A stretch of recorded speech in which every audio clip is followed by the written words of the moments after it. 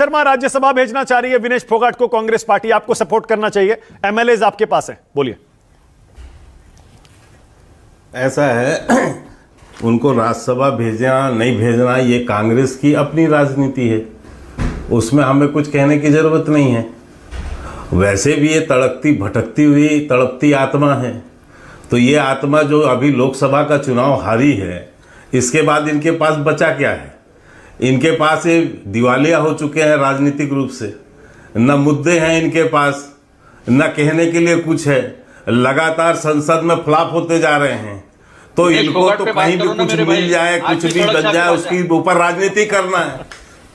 हाँ, उसी पे बात कर रहा हूँ। अरे वही सड़क छाप लोगों से सड़क छाप भाषा करते हो आप। अरे नहीं नहीं, प्लीज एक सेकंड, आप एक मिनट रुक जाइए, एक मिनट अतुल भाई प्लीज, वन सेकंड प्लीज। देखिए आज बहुत गंभीर मसला है, प्लीज आज बिल्कुल पर्सनल कमेंट नहीं, आज मुद्दे पर बोलेंगे प्लीज, आज प्लीज स्पेयर कर दीजिए प्लीज। आज पूरा देश देख रहा है और हर कोई दुखी है विनेश फोगाट के साथ जो हुआ, सबकी हमदर्दी उनके साथ है। नहीं प्लीज पर्सनल मत, नहीं प्लीज, मैं आप दोनों से कह रहा हूं, मैं दोनों से कह रहा हूं,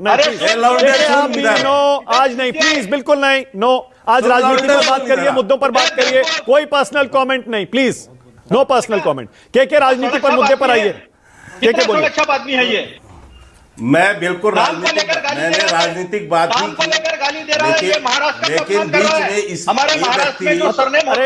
में इस व्यक्ति ने बोला तो मैंने बोला। रुक जाइए प्लीज, ये इंसान महाराष्ट्र के, अरे अतुल भाई रुकिए ना प्लीज, अरे आपने अपनी पूरी बात की, अरे अतुल लोंडे पाटिल, अरे अतुल भाई रुकिए ना प्लीज, आपने अपनी पूरी बात की, अब आप उनको बोलने नहीं दे रहे, नॉट फेयर, प्लीज बोलने दीजिए। भाषा को रोक रहे हैं, मैं बिल्कुल रोक रहा हूं, बिल्कुल नहीं होगा, ये बिल्कुल नहीं चलेगा, मैं बिल्कुल रोक रहा हूं, बिल्कुल नहीं चलेगा, नो पर्सनल कमेंट, बिल्कुल अलाउ नहीं करूंगा। के शर्मा बोलिए, मुद्दे पर आइए।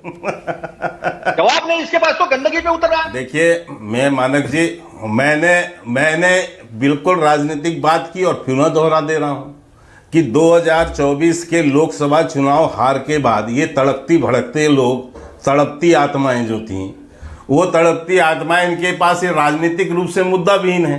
संसद में लगातार ये फ्लॉप हो रहे हैं, इनके पास न कोई मुद्दे हैं न कोई विषय हैं। अब ये तड़पते हुए क्या करें? अब इनको जो है ये लग रहा है कि हमें तो हम जो है 10 साल ऐसे सरकार से बाहर रहे, आगे 5 साल और रहना है। तो इनके पास क्या है? ये केवल भटक रहे हैं, तड़प रहे हैं। तो सच्चाई है कि इनको कुछ भी मुद्दा मिले उसका राजनीतिकरण करना है। अब उसका राजनीतिकरण करके अब किसी को राज्यसभा देना न देना इनका अपना राजनीतिक मसला है। ये क्या करते हैं? अभी ये बता रहे थे कि साहब महाराष्ट्र में हमारे पास वो नहीं, संख्या नहीं है, नहीं तो हम तो महाराष्ट्र से दे देते।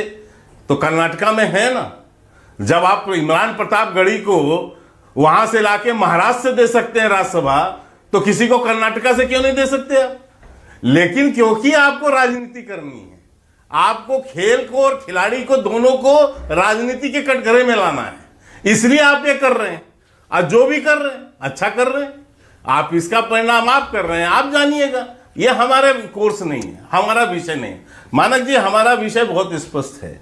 विनेश जी इस देश की एक प्रतिभावान खिलाड़ी हैं, उन्होंने अपनी प्रतिभा का पूरा उपयोग किया, उन्होंने जो सुविधाएं मांगी, अब ये बता रहे थे, उनके आपको भी पता है, कल खुद जो है खेल मंत्री ने सदन के अंदर बयान दिया है, उनके जो कोच हैं, फिजियोथेरेपिस्ट हैं, सब हैं, जिस तरह से उन्होंने चाहा अपने निजी वो लिए हैं, और वो सब का जो है भुगतान भी भारत सरकार पूरी तरह से कर रही है, और उनका स्टाफ, उनका निजी स्टाफ लेकर वो वहां गए।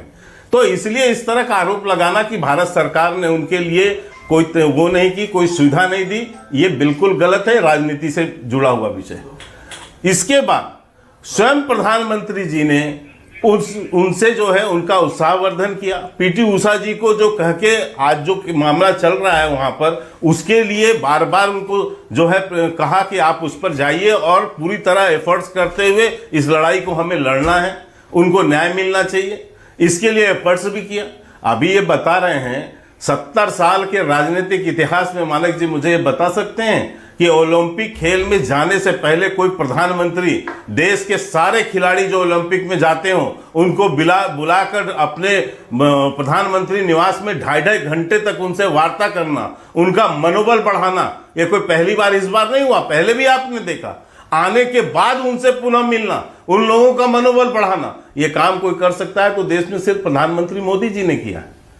लेकिन क्योंकि इनके समय में तो इनको पता भी नहीं होता था, हालांकि मेडल तो आता ही नहीं था, मेडल तो उस समय भी ऐसे अकाल था, तो उस समय तो खैर कोई विषय नहीं, लेकिन फिर भी आप कम से कम खिलाड़ियों के मनोबल को तो बढ़ा सकते थे। मनमोहन सिंह किससे मिलते? मैं इसलिए पूछ रहा हूं कि आज आप देखिए ओलंपिक खेल में जाने से पहले उनको किया, उनसे प्रधानमंत्री जी ने मुलाकात की, आप ये उनसे वार्ता की। कहकर तो मैं ये कह रहा हूं कि खेल इस मुद्दे से बच नहीं सकते के शर्मा कि ये इनका मसला है, विनेश फोगाट को उस पर राज्यसभा भेजें या उस पर क्या करें। एक बड़ा मुद्दा हरियाणा में विनेश फोगाट बन सकती है, पहलवानों का मुद्दा, धरना उनका, वो लोग भूले नहीं है। अब विनेश फोगाट उनका प्रतीक है, उनका चेहरा है। मानक जी, आप ये कहकर इस मुद्दे को दरकिनार नहीं कर सकते कि विनेश फोगाट मैटर ही नहीं करती हैं, हरियाणा के चुनाव में कोई मुद्दा ही नहीं बन पाएंगी। मानक जी एक चीज सुने, नहीं मैंने ये नहीं कहा, मैंने तो ये नहीं कहा, मैंने तो कहा कि ये राजनीतिक फैसला यदि इनको करना है तो कांग्रेस पार्टी करे। ये किसी खिलाड़ी को राजनीति में लाना और ये करना, ये सब ये कर सकते हैं तो करें, ये स्वतंत्र है, कर सकते हैं। लेकिन यदि आप हरियाणा के चुनाव की बात करेंगे मानक जी, तो हरियाणा का चुनाव मुद्दों पर होना है, डेवलपमेंट पर होना है, विकास पर होना है, हरियाणा के डेवलपमेंट पर होना है। तो वहां के मुद्दे चुनाव में एक मुद्दे नहीं होते मानक जी, बहुत से मुद्दे हैं। 5 सीटें हाथ से निकल गई आपके लोकसभा में, सीएम आपको बदलना पड़ा, आप कह रहे हैं मुद्दों पर चुनाव होगा और आप जीत लेंगे। सीएम सुनिए सर, मानक जी सीएम पहले बदला गया, और ये कोई पहली बार भारतीय जनता पार्टी ने सीएम अपना बदला है क्या? हम तो पूरा, वही तो कह रहा हूं, सीएम बदलने के बाद भी 5 सीटें हाथ से चली गई। क्षमता है करने के। ना ना ना ना, आप इसको इससे मत जोड़िए, आप इससे मत जोड़िए। मैं आपको दूसरी चीज कहना चाह रहा हूं। अभी तो मैं 6 तारीख को भी पंचकुला में ही था, मैं वहां लौट के आया, मैं तो वहां कहानी सुन के बड़ा हैरान हूं। वहां तो बड़ा जोरदार एक जो है मुहावरा चल रहा है कि बापू जो है बेटे को सेट करने में लगा है। ये पूरे हरियाणा में इस समय जो है कहानी चल रही है।